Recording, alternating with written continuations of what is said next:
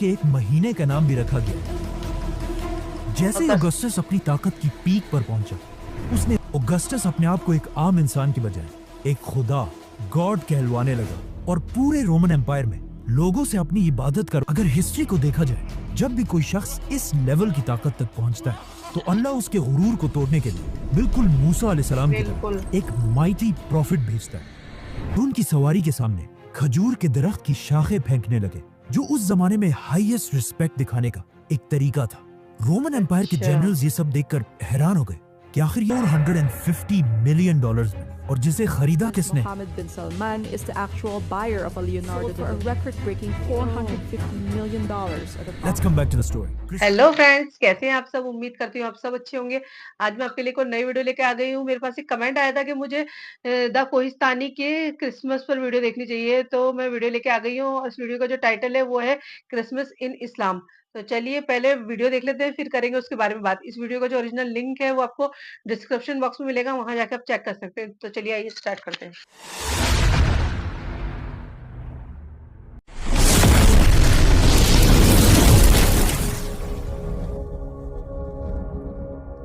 Christmas.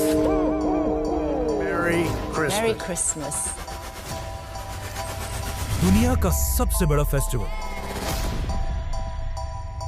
ये इतना बड़ा फेस्टिवल है कि मुसलमानों की ईदें जितना पैसा 10 साल में बनाती हैं, उससे भी ज्यादा पैसा क्रिसमस के सिर्फ 1 साल में बनता है। लेकिन आखिर ये क्रिसमस मनाया क्यों जाता है? क्योंकि आज दुनिया के सबसे बड़े रिलीजन क्रिश्चियनिटी का ये मानना है कि इसी दिन, क्रिसमस के दिन, जीसस, ईसा अलैहिस्सलाम पैदा हुए थे। लेकिन अब क्वेश्चन ये है कि अगर यही दिन 25 दिसंबर ईसा अलैहिस्सलाम की बर्थडे है, तो फिर मुसलमान इसे क्यों नहीं मनाते? क्योंकि यहाँ पर एक बहुत बड़ी कंफ्यूजन है। आज से 2000 साल पहले ईसा अलैहिस्सलाम फलस्तीन के एक छोटे से शहर में एक मिरेकल से पैदा हुए। ये वो जमाना था जब फलस्तीन में तो यहूदी आबाद थे ही, लेकिन यहाँ पर यहूदियों की हुकूमत नहीं थी। हुकूमत उस वक्त की एक बहुत बड़ी सुपर पावर रोमन एम्पायर की थी। जब रोमन एम्पायर अपनी ताकत की पीक पर थी और यहाँ के बादशाह का नाम था सीजर ऑगस्टस, जो रोमन एम्पायर का सबसे ताकतवर बादशाह था। और इसके नाम को, ऑगस्टस को, आज हम सब बहुत अच्छी तरह जानते हैं, क्योंकि इसी ऑगस्टस के नाम पर साल के एक महीने का नाम भी रखा गया। जैसे ही ऑगस्टस अपनी ताकत की पीक पर पहुंचा, उसने वही गलती की जो हमेशा हर बादशाह इस पोजीशन पर पहुंचकर करता है। ऑगस्टस अपने आप को एक आम इंसान की बजाय एक खुदा, गॉड कहलवाने लगा और पूरे रोमन एम्पायर में लोगों से अपनी इबादत करवाने के लिए अपने नाम के टेम्पल्स बनवाए। अगर हिस्ट्री को देखा जाए, जब भी कोई शख्स इस लेवल की ताकत तक पहुंचता है तो अल्लाह उसके गुरूर को तोड़ने के लिए बिल्कुल मूसा अलैहिस्सलाम की तरह एक माइटी प्रॉफिट भेजता है। तो इसी सीजर ऑगस्टस के दौर में ईसा अलैहिस्सलाम पैदा हुआ। ईसा अलैहिस्सलाम भी यहीं पर रोमन एम्पायर के अंडर फलस्तीन में यहूदियों के साथ बड़े हुए। लेकिन ईसा अलैहिस्सलाम बचपन से अपनी एज के बाकी सारे नॉर्मल बच्चों से बहुत ही डिफरेंट थे, क्योंकि बचपन में एक बार ईसा अलैहिस्सलाम अपनी माँ मरियम के साथ एक बाजार में घूमते घूमते कहीं गायब हो गए और काफी ढूंढने के बाद भी वो पूरे बाजार में कहीं नहीं मिले। तो आखिर उनकी माँ उन्हें ढूंढते ढूंढते यहूदियों के एक टेम्पल की तरफ गए, जहाँ पर उन्होंने देखा कि यंग ईसा अलैहिस्सलाम उस वक्त के बड़े यहूदी उलमा के साथ डिबेट कर रहे थे। और उनके क्वेश्चंस को सुनकर यहूदी स्कॉलर्स के चेहरे बिल्कुल गुस्से से भरे हुए थे, क्योंकि उनके सामने ऐसे क्वेश्चंस करने की अब तक किसी में जुर्रत नहीं थी। इसी तरह ईसा अलैहिस्सलाम फलस्तीन में बड़े होते गए और आगे जाकर उन्हें अल्लाह की तरफ से एक बहुत ही यूनिक पावर मिली, जिसमें वो किसी भी बीमार शख्स को सिर्फ एक उंगली के टच से बिल्कुल ठीक कर देते थे। और अपनी इस पावर को यूज करके ईसा अलैहिस्सलाम गरीब लोगों की मदद करने लगे। और जैसे जैसे लोगों को ईसा अलैहिस्सलाम की इस ताकत का पता चला, तो वो दूर दूर से ईसा अलैहिस्सलाम के पास आने लगे। और इसी तरह आहिस्ता आहिस्ता ईसा अलैहिस्सलाम की पॉपुलैरिटी पूरे फलस्तीन में फैलने लगी। आखिर ईसा अलैहिस्सलाम इतने फेमस हो गए कि वो जिस भी शहर की तरफ जाते थे, वहाँ के सारे लोग उन्हें वेलकम करने के लिए उस शहर से बाहर निकल आते थे। और ईसा अलैहिस्सलाम अपनी पावर से उन सब की बीमारियां दूर कर देते थे। यहाँ तक तो सब बिल्कुल ठीक था, लेकिन आहिस्ता आहिस्ता ईसा अलैहिस्सलाम अपने फॉलोअर्स को बिठाकर उनके सामने स्पीचेस करने लगे। और इन स्पीचेस में वो बार बार लोगों को ये समझाने लगे कि आज हमारे इस रिलीजन को सिर्फ और सिर्फ इन यहूदी स्कॉलर्स ने तबाह किया, जो अपने टेम्पल्स में बैठकर सिर्फ गरीब लोगों से चंदा जमा करते हैं और सिर्फ कुछ पैसों के लिए यही स्कॉलर्स तौरात की आयत को चेंज करके अपनी मर्जी के फैसले लिखते हैं और हर स्पीच में बार बार ईसा अलैहिस्सलाम यहूदी स्कॉलर्स को मुनाफिक कहकर पुकारने लगे। ये सब सुनने के बाद यहूदी अवाम तो ईसा अलैहिस्सलाम की इन बातों से बहुत इंस्पायर होते थे, लेकिन ईसा अलैहिस्सलाम की इन बातों से यहूदी स्कॉलर्स के धंधे खराब होने लगे, जिसकी वजह से यहूदी उलमा के दिलों में ईसा अलैहिस्सलाम के लिए सख्त नफरत पैदा हुई और वो ये प्लानिंग करने लगे कि किसी तरह ईसा अलैहिस्सलाम को मारकर उनसे अपनी जान छुड़ा दें।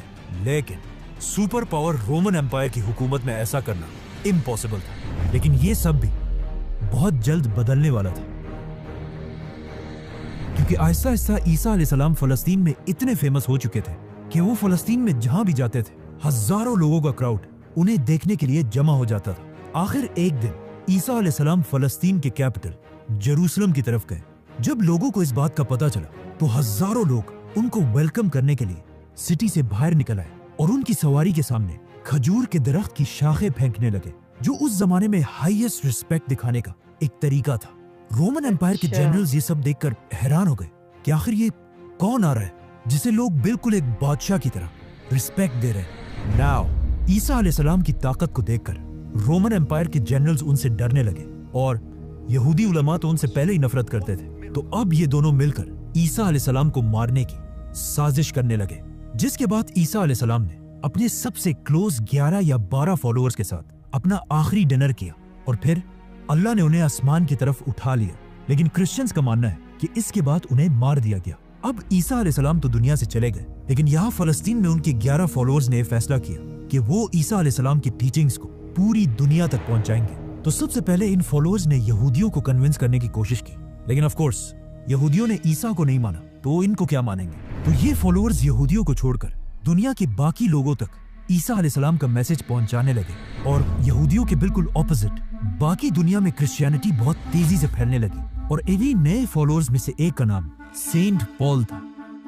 आज की दुनिया की क्रिश्चियनिटी में सेंट पॉल का सबसे बड़ा रोल है, क्योंकि पॉल से पहले लोग ईसा अलैहिस्सलाम को सिर्फ एक पैगंबर और अल्लाह का बंदा समझते थे, लेकिन पॉल ने पहली बार दुनिया में एक कॉन्सेप्ट लाया कि ईसा अलैहिस्सलाम कोई आम इंसान नहीं बल्कि अल्लाह के बेटे और खुद भी एक खुदा थे।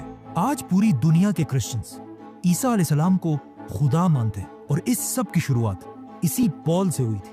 हालांकि पॉल अपनी पूरी जिंदगी में ईसा अलैहिस्सलाम से कभी मिला ही नहीं था।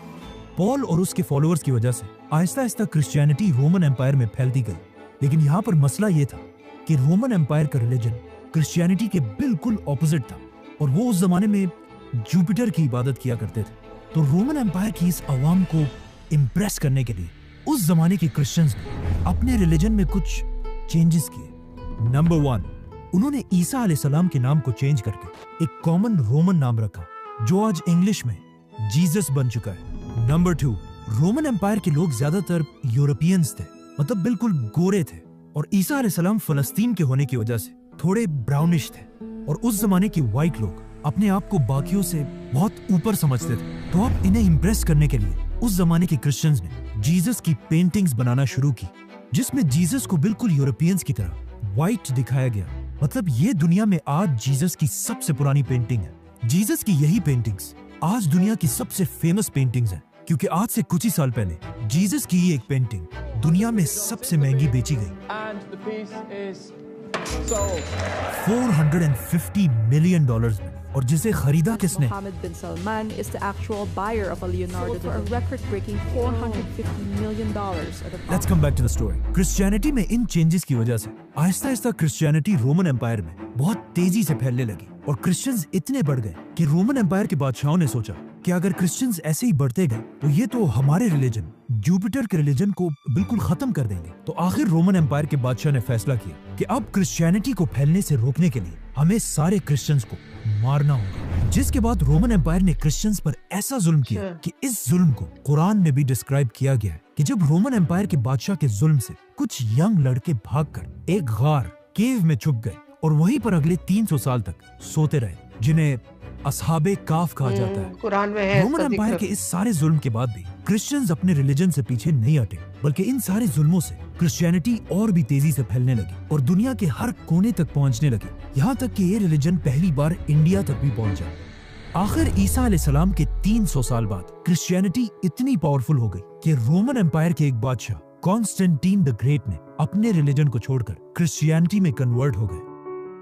तो अब जब बादशाह ही क्रिश्चियन बन गया तो रोमन एम्पायर के सारे हालात बिल्कुल बदल गए और अब तक जो जुल्म क्रिश्चियंस पर किया जाता था उससे भी ज्यादा जुल्म जुपिटर के रिलीजन के फॉलोअर्स पर किया जाने लगा, क्योंकि उस जमाने का रूल था कि जो रिलीजन बादशाह का होगा वही पब्लिक का भी होगा। तो अब रोमन एम्पायर अपने पुराने रिलीजन को जबरदस्ती दुनिया से खत्म करने लगे, लेकिन ये भी कोई आसान काम नहीं था, क्योंकि जुपिटर को मानने वाले भी इतनी आसानी से अपना रिलीजन छोड़ने वाले नहीं थे। तो अब यहाँ पर अगेन रोमन एम्पायर ने क्रिश्चियनिटी को दोबारा बदलने की कोशिश की और अपने पुराने और नए रिलीजन को एक दूसरे के साथ मिक्स करने लगे, और यहीं से पहली बार क्रिसमस का कॉन्सेप्ट आया। जैसे कि रोमन एम्पायर के रिलीजन में हर यहाँ साल से आया दिसंबर क्रिसमस में का। अपना सबसे बड़ा फेस्टिवल सैटर्नेलिया मनाते थे, जिसमें वो अपने खुदा सैटर्न की इबादत करते थे। और उनके इस फेस्टिवल में एक चीज सबसे इंपॉर्टेंट थी, पाइन ट्रीज, क्योंकि दिसंबर में यूरोप की सर्दी की वजह से सारे दरख्त बिल्कुल सूख जाते थे और सिर्फ पाइन ट्री अपनी जगह पर मजबूती से खड़ी रहती थी,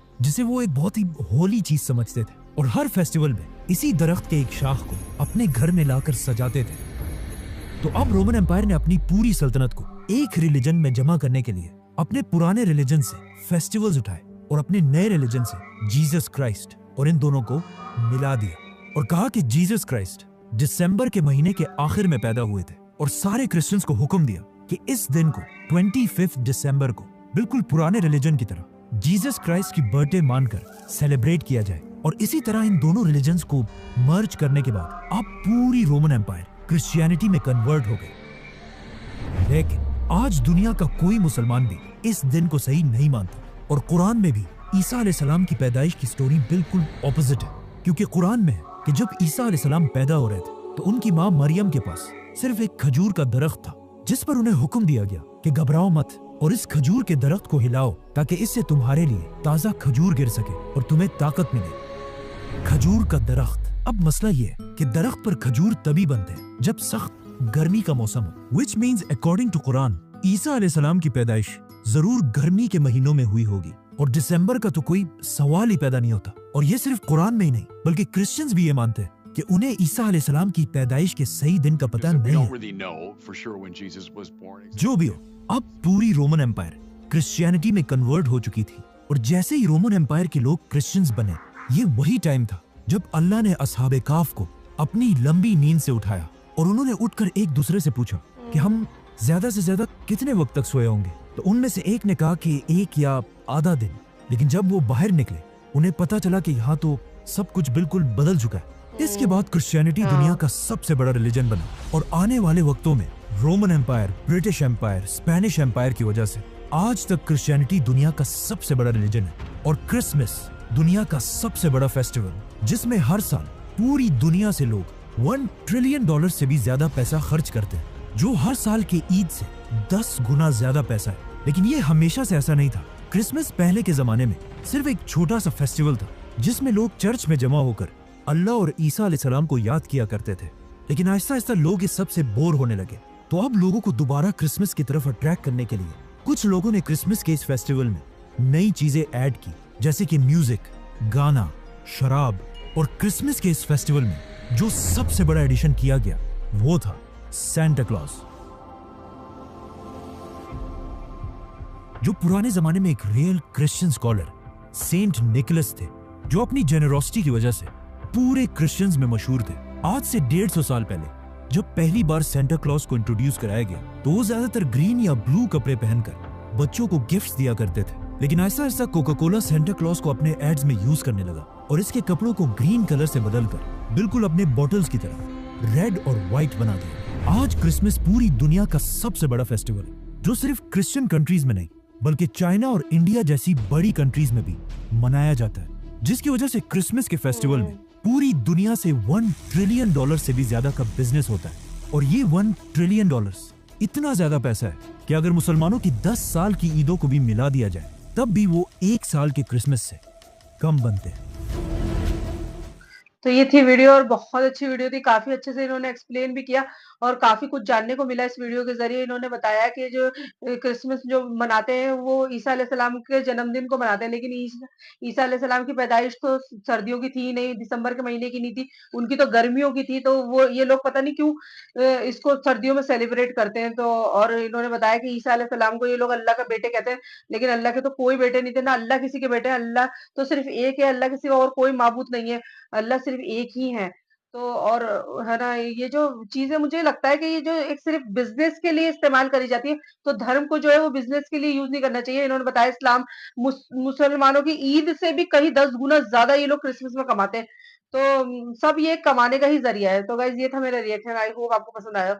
अगर आपको मेरी वीडियो पसंद आई तो मेरी इस वीडियो को लाइक करें, शेयर करें, मुझे कमेंट करके ज़रूर बताएँ, आपको वीडियो कैसी लगी। तो मिलते हैं हम नेक्स्ट वीडियो में, अल्लाह हाफ़िज़।